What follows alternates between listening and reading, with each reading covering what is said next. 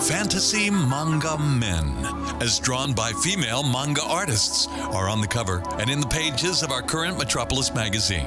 And we'll tell you all about it in a moment, right here in this, the MetPod Radio and Video Report, here on 76.1 Inter FM.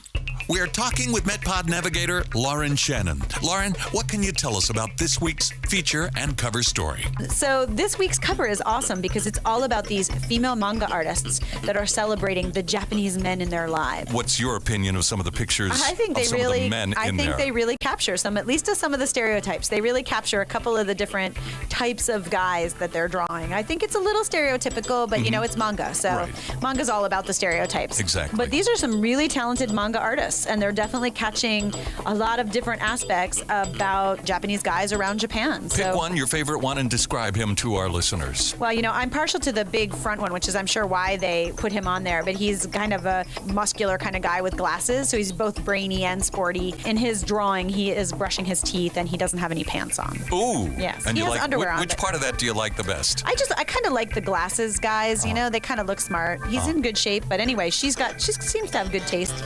And then I kind of thought that the drawing of the hunky guys with beards was kind of funny. They're standing a little close, they're a little metrosexual, but they've got these kind of Don Johnson, 1980s Miami Vice beards. Would you buy this book? I would. I think it's really interesting. You know, more power to the female manga artists is the more important part, because most manga artists that have gotten famous over the years have been guys. Right. And there are some tremendously talented female manga artists, and I'm glad to see they're starting to get some well-deserved attention. Any of these guys fantasy guys for you? No. Okay. Not my type at all. All right, let's move on to what's inside the pages. Anything catch your eye this week? I really like the gadget section. I always like to look at the goods that they talk about. Right. James was telling us about one of those goods, the one that the wrist thing. You put it around your wrist, and you know, if your telephone rings, it'll vibrate your wrist. Yeah, I know, that's kind of crazy.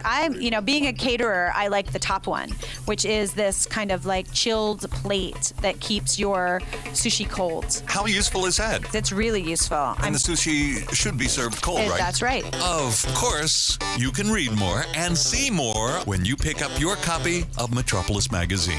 And you can hear more about it in our podcast called The MetPod. The Tokyo MetPod. Radio Report. The Tokyo MetPod. It's all about life in Tokyo at www.metpod.com. Come get some of this. And join us every morning for the MetPod Radio Report. I'm Kamasami Kong on 76.1 Inter FM.